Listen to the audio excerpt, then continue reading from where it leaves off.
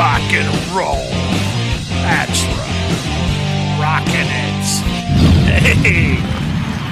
Yeah, good to be back. No, that's okay. No pictures, please. My mother always said, I got a face for radio. Thanks, Mom. Wherever you are. Love you. All right. So, getting all nuts here. Calm down. All right. Tonight's show, it's... Yep. Hang on. It's gonna be good. I'm trying to tell you about it. Relax. No guns in here. Ow! Stop. All right. Welcome. This is like episode 15, 16. I don't know. Haven't been keeping track. Somebody asked me, what are the podcasts about? I don't always know. Now, I've got a little bit of notes, but I hate reading a script. Jerry Seinfeld felt the same way. Didn't want the same old thing. He didn't want... I mean, they discussed the show. They got together, but ad-libbing is what made the artist perform and the show stand out. Okay, I want to talk about one of my favorite characters in life. He's alive. I can't break his anonymity, but I will talk about him. I met him, let's see, April 8th, 1991. That's right, 81, 91. And he came out of the chute, just wild from the get-go. Not bad wild, just into everything. So I noticed, it's hard to believe. I noticed he was very inquisitive. When we go shopping, we'd lose him. He would be, by today's standards, they'd have an Amber Alert. But back then, I can't think of what we could use. We'll call him Bubba. Excuse me, it's hot as hell here in the studio. Okay, at my desk, in my bedroom, next to my bed. Just back off. Thank you, Mom. So we would take Bubba to the store. My mother-in-law was really involved, and Bubba would wander off. We're like, where the hell is Bubba? And he'd, get out of the stroller. And we had a double long, not wide, double long, seat in a seat. Anyways, he'd get out of that. We wouldn't notice. He'd unbuckle himself and then be gone. Well, a lot of panic. Where's Bubba? Anybody seen Bubba? So we're running around. Now, my mother-in-law got a lot more excited than I did. I figured Bubba's still here somewhere, not too far. And she'd be like, oh my God, where's Bubba? Bubba. And screaming, just calm down. I don't like getting wild. So we found Bubba. Yeah, where do we find him? He would crawl up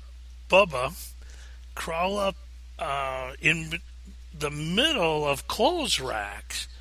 I don't know if he thought it was a cool ride or if he was playing, what do you call a dry cleaner man? You know, like the clothes are going around him. But anyway, so we thought it was just the clothes rack that Bubba was interested in. Well, we found out, yes, the mystery. We found out Bubba was looking from the bottom up. And it wasn't at the boys. Yeah, that's right. That's my boy, Bubba. So we found him. Now we're walking out of the department store. This is back when shopping at malls was cool. I mean, you know, we had money in the 70s, right? Or I'm sorry, that was the 90s. I'm thinking when I was a kid, back, you know, with the stone wheels, right? Flintstones. But anyways, so Bubba was back in the double long stroller, and here's my mother-in-law. We're kind of laughing about the whole incident, and when she got excited, she would flatulate a little bit. I'm like, what the fuck? I just take off. I hear a hold up. Now she's laughing and crying and screaming, wait up. And I'm like, oh my God, oh my God, let me out of here. This lady's fighting. She's fighting on me. And people just look like, how dare her. That's how it sounded. Like jet propulsion. She could run back then. So she chased me. And here's Bubba in the front of the stroller where it's coming off the ground. He's loving it. He thought he had a rocket ship. Bubba was going to the moon. Just good memories, good times. So, next we're at the doctor. And you remember those, I don't know if you ever heard them, like Rotten Johnny jokes? They used to tell them in the Marine Corps. I can't even, okay, I'll tell one quick. This Rotten Johnny. Johnny's just a bad kid. And Johnny, he ruined everything. So he comes into the kitchen. He's on one of those toy buses. You know what I'm talking about? And he comes wheeling, and it's got a steering wheel and a door that opens. And he comes up to his mother, opens the door. He goes, whoever the hell's getting off the bus, get the frick out of here. Whoever's getting on the bus, get the frick on. Now this is podcast, and I don't want to label it, indecent, so I use frick. Pardon my lack of French. And Johnny's mother just goes, oh, that's terrible, Johnny. She was on a lot of medication. Johnny, you go right in the family room and say that to your father. Whatever. Rotten Johnny looks up, turns the bus, shuts the door, and starts wheeling in. He's riding that bus.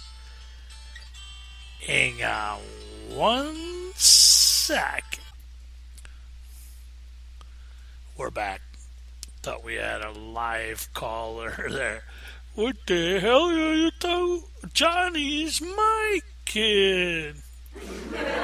He could be Rotten Johnny. So Rotten Johnny pushes the bus. He's sitting on top, steering wheel on top, door shut, wheels into his dad, runs over his foot, looks up, opens the door, whoever the frick is getting off the bus, get the hell off. Whoever's getting on the bus, get the frick on. Johnny's dad, a man who was put up with Johnny for 7 years, 7 long years, doesn't even bat an eye and cracks him in the head. Johnny looks up and says, "It's assholes like you that make the bus late." Yeah, I know, that was stupid, but it was funny. Hey, quit with the guns. Alright, that's enough Johnny. So let's get back to Bubba. Bubba, I'm trying to think of the next. At the doctor, Bubba is watching the doctor as he listens to his chest. And Bubba says to the doctor, "Are you listening to my heart beep?" Doctor's like, "What?" "Heart beat." "No, beep." And he points to the EKG that he's heard on TV many, many times. He says, "Heartbeat." Now that, the heartbeat, I thought that was pretty clever, actually. Now they're doing his blood pressure, and they put the stethoscope on his vein, and he looks at the doctor.